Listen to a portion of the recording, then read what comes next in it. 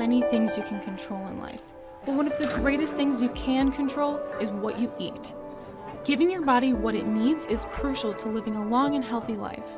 Unfortunately, part of what we are eating in our standard American diet is not fueling our body in the way that it needs. America is currently dealing with an ever-rising obesity epidemic with the rates of cancer, diabetes, heart disease, and chronic illness at its highest. You have the chance to turn around those rates by simply eating healthier. Learn from experts as they give tips and suggestions on eating right and staying healthy, as well as share some recipes for you to make in the comfort of your home. All now on Dishin' Up Nutrition.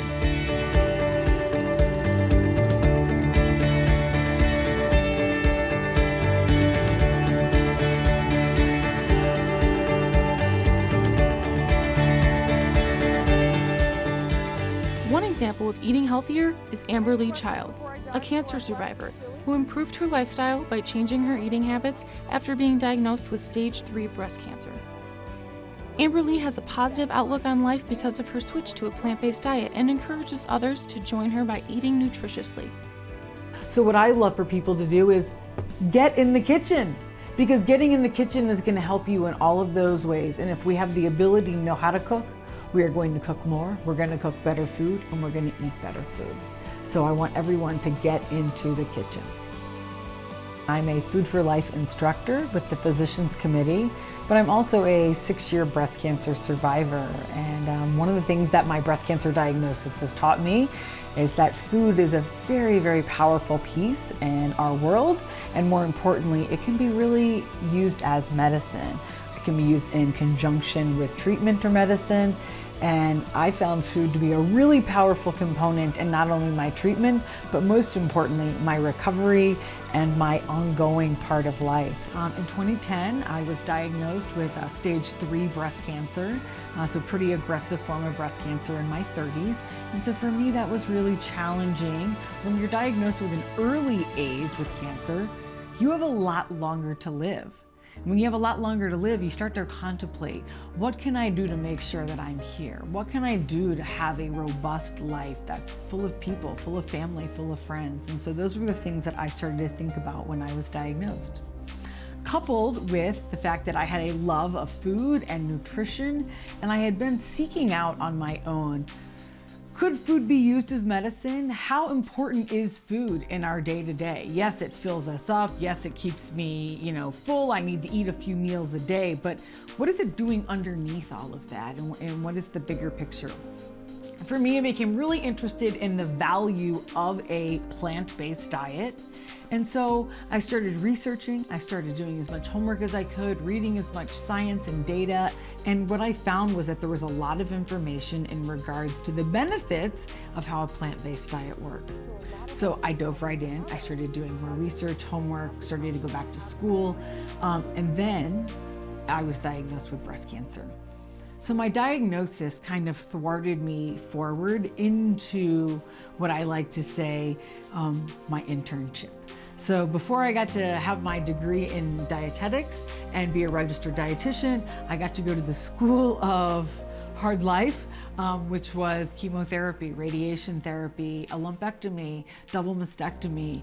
I've had 10 different surgeries to my chest in the 6 years since I've been diagnosed with breast cancer.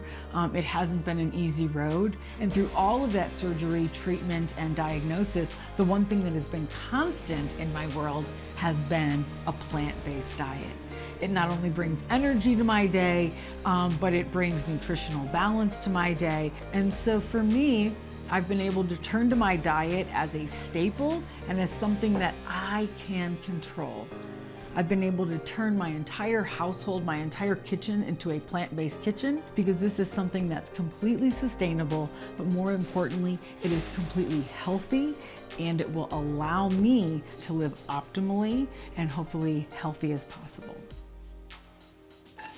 I know that every single day I'm checking with myself and I'm feeding my body what it needs, and that is fuel, and that is plants. That is fruits, vegetables, legumes, and whole grains. Today we live in a public health climate where more of a third of US adults are obese and millions have diabetes, cancer, heart disease, and chronic illness. When I say a third, that means around 33%. That's a large number of the US population. That's why today we need lifestyle change greater than there's ever been. When we start to look at these maps that I'm going to show you, we want to look at the darker colors. So you're going to see a series of maps here starting in 1990 that take us through 2000 and then take us through 2010. And these are maps from the Centers of Disease Control. And these maps are obese individuals in the United States. And you can see as the colors get darker, from light blue to dark blue, and then we go to orange, and then we start to go to red, and then red moves into a dark red. This is an increase. This is bad. Darker colors are bad. But you can see over the decade, the 20, 30 years, that we as a nation are getting sicker. We're getting bigger. We're getting more and more unhealthy. And unfortunately, healthcare is a big expenditure, it's a big waste on our income. We want to be spending our dollars preventatively, not reactively. So that's where plants and that's where food as medicine becomes so helpful, because it's going to help us stay out of the doctor, because hopefully we're going to be able to prevent some of these things by changing our lifestyle in the kitchen. So when we talk about plants, we want to eat more plants. And we want to eat less of our animal product and less of our fried foods. We want to try and stay away from things like chicken wings, donuts, French fries. We want to stay away from things like red meat. Very recently, the World Health Organization came forward and said that processed meats are cancer causing. But we're not talking about this, and that's concerning to me. What we are doing is not working. We need change. We need to do something different, but more importantly, we need the tools to know how to do something different. And that's what I love about a plant-based diet. It's inviting families to get back into their kitchen and share with food, share about ingredients, go to the farmer's market, buy ingredients, come home and cook them with your family, spend quality time building a healthy environment. If food is the problem, food is the solution. So we're gonna take out certain things and we're gonna replace them with more healthful food. And so what I wanna do is I wanna stop talking about a healthy diet and I wanna start talking about a disease prevention diet. Only plants have fiber in them. So the way I like to think about it, instead of just thinking about vegetables as being good for you, think about plants. Plants have fiber. Fiber is good for me. It helps heart disease, it helps diabetes, it helps cancer prevention. All of our chronic illnesses are going to be supported when we have more fiber in our diet. So the next section I want to talk to you about are our legumes, otherwise known as beans. Let's call them beans. Beans is the easy part. Beans are loaded with fiber, but they're also loaded with protein. So here's the thing, if you're going to eat protein, it's preferred that you take it from a plant source because there's no cholesterol in your plants. They're going to be loaded with fiber. Animals have no fiber. So if I was to go and eat a piece of steak, I might be able to get some protein. However, I'm also going to get cholesterol. I'm also going to get saturated fat. So I'm going to get that protein. However, is there a healthier, less fat way to get that protein? And the answer is yes. And the answer is in our beans.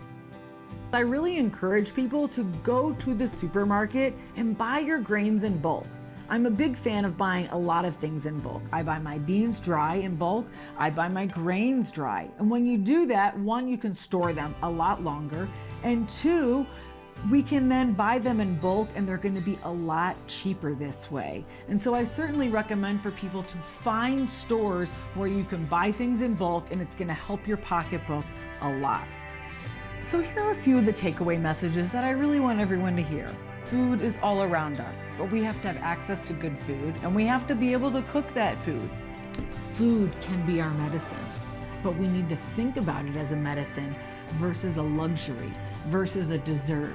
If you think that your food can be your medicine versus the end of your meal and your dessert, we can really start to change how we look at food, and then we can start to change what food we put into our body.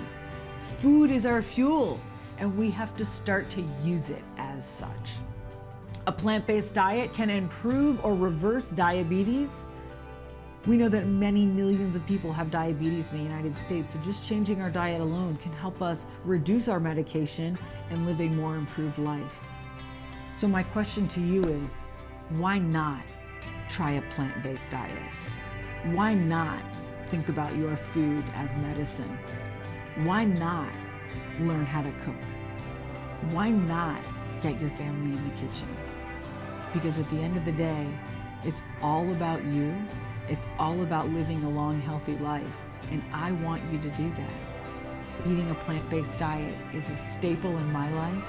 It's absolutely, I feel like, a secret that I've learned. It's something I want to shout from the rooftops. And so now I sit here today telling you that secret because I believe that what we put in our body can be so helpful in prevention of disease or prevention of reoccurrence or just keeping us healthy day to day. So I challenge you to eat more plants. With her love for nutrition, Amber Lee hopes for more individuals to follow in her footsteps. Every month, she hosts a nutritional cooking class to demonstrate how easy it is to get in the kitchen and dish up tasteful and healthy options. So I just hosted a Food for Life Kickstart Go Vegetarian class. And so it's a class that's designed to help people with weight loss, lowering blood pressure, diabetes control, and it's really just introducing them to a plant-based diet in the hopes that maybe they can start to make some small changes and adding more plants into their diet regimen. I think as a society, kind of our culture has moved away from cooking as we've moved more into quickness and having everything right here and right now. It's so easy to go to a restaurant. It's so easy to have food delivered to your home. It's so easy to buy a pre-made meal that's already in the freezer somewhere. So I feel like today's society is really lacking the skills to cook. So the idea is not only just to introduce great ingredients to people, but it's also to talk about the message of food as medicine, and then teach people that it's okay, you're gonna mess up in the kitchen, you're gonna be missing an ingredient, you're gonna make a bad meal, like those things all happen. Guess what? I forgot the jalapeno in our third dish tonight. So did I melt down before I came? No.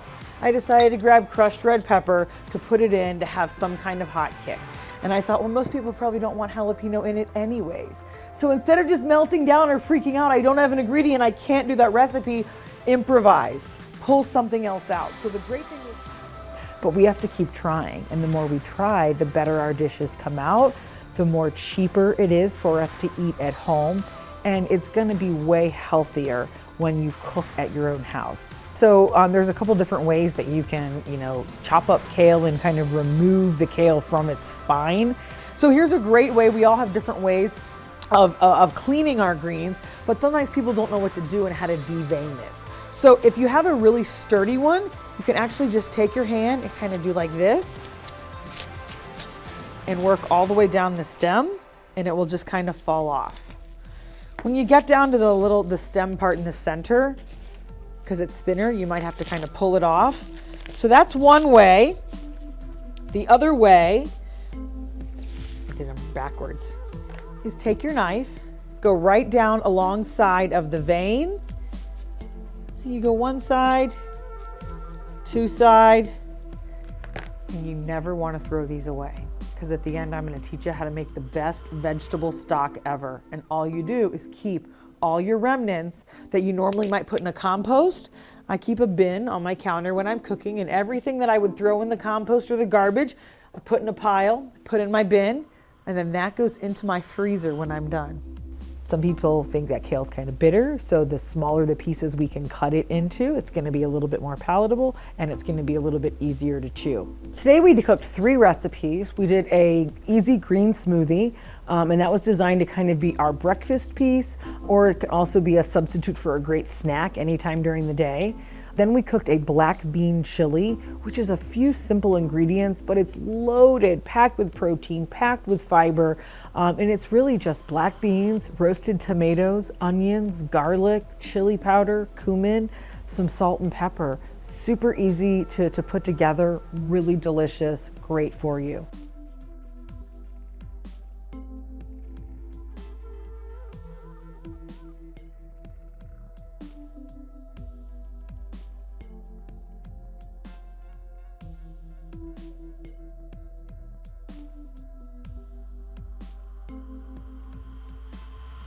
The third recipe that we cooked tonight is ginger noodles. And I really like this recipe because we use soba noodles. A soba noodle is a mix of buckwheat and wheat together, but the noodles are really thin. They're loaded with protein and they cook in 3 minutes. So we cooked our soba noodles up and we had a soy sauce, vinegar, ginger garlic sauce that went on it. Really simple. And then I'm just gonna give it a little mix. And that liquid is gonna keep all of those noodles from sticking on each other. Because what we would normally do is grab butter, right? And throw butter in there, but we don't wanna do that because butter is gonna be our fat. That would kind of be our dinner. And then my favorite thing is that you can make enough of it and then the next day you could eat the noodles cold and it could be a lunch dish or it could be a snack for you the following day. I don't know about you, but I want to live on this world as long as I possibly can and live as vibrantly as I can. And I want to stay with my family and I want my family to remain here with me. And so food is one of those tools that I'm going to keep in my tool belt as long as I can. And I'm going to continue to teach people about it, to continue to share that food can be medicine.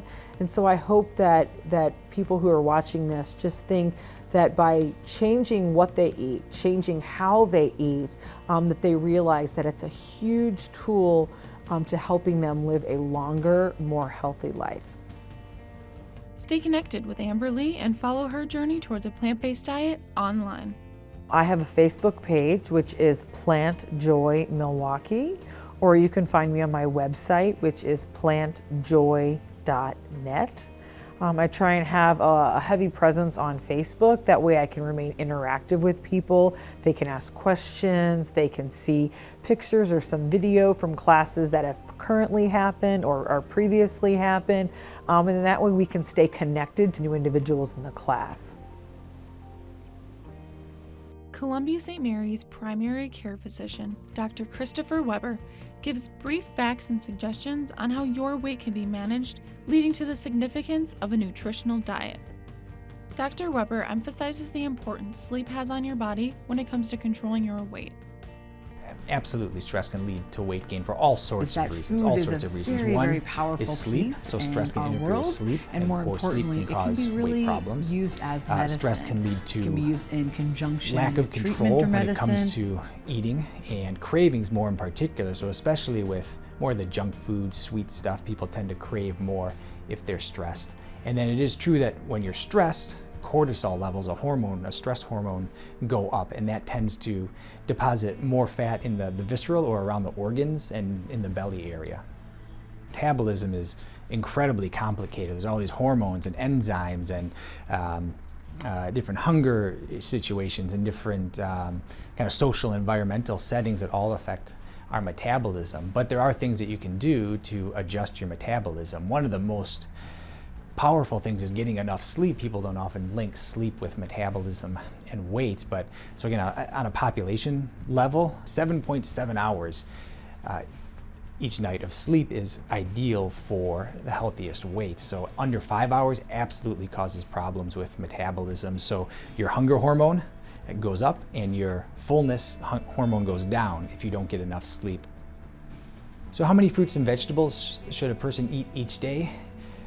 I say, and I think most people would agree, as many vegetables as you can eat is okay.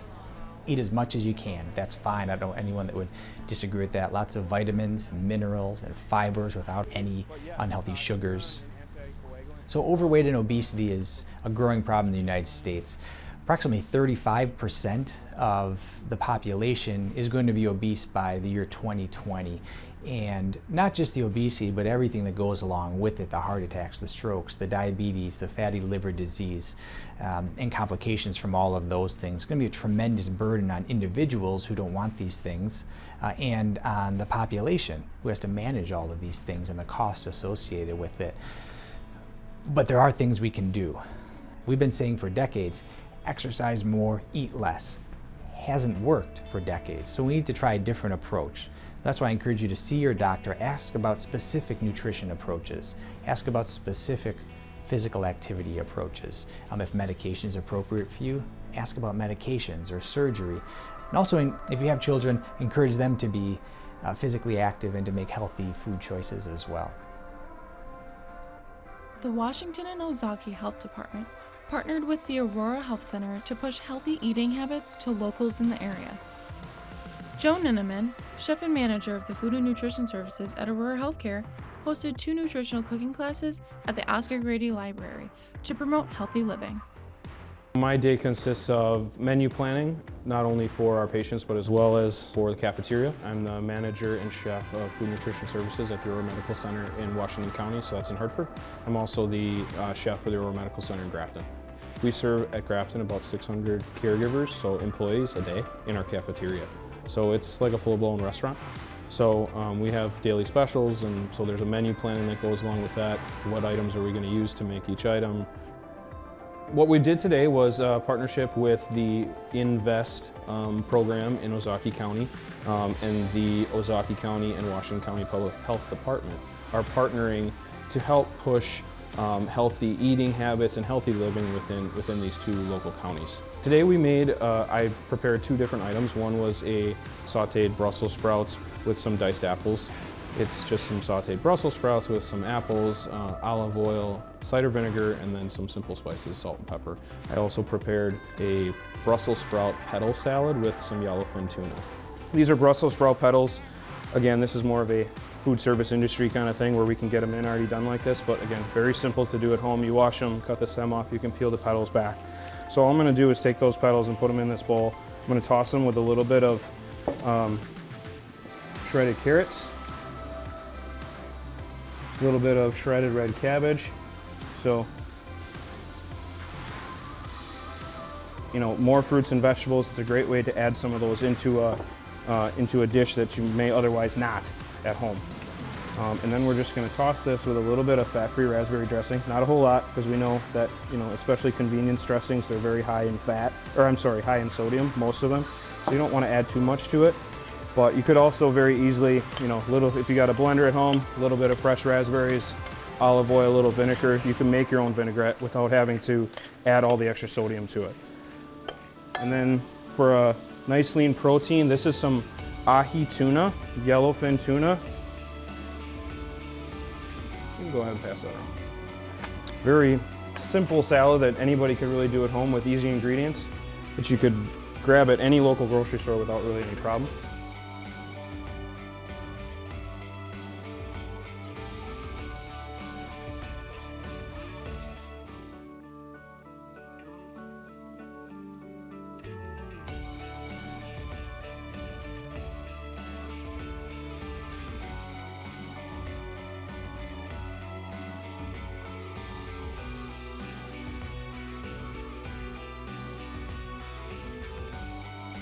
So this is the second week of our chef demos here at the Saukville Library.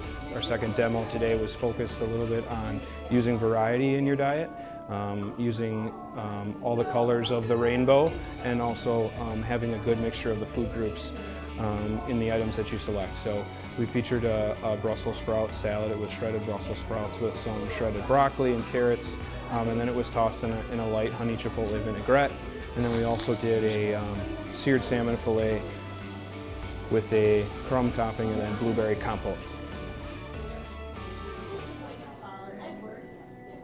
We did provide samples for our guests today, which were met with rave reviews. Everybody loved it. It was a great opportunity to really feature a fresh twist on an item like salmon that maybe most people wouldn't try that at home.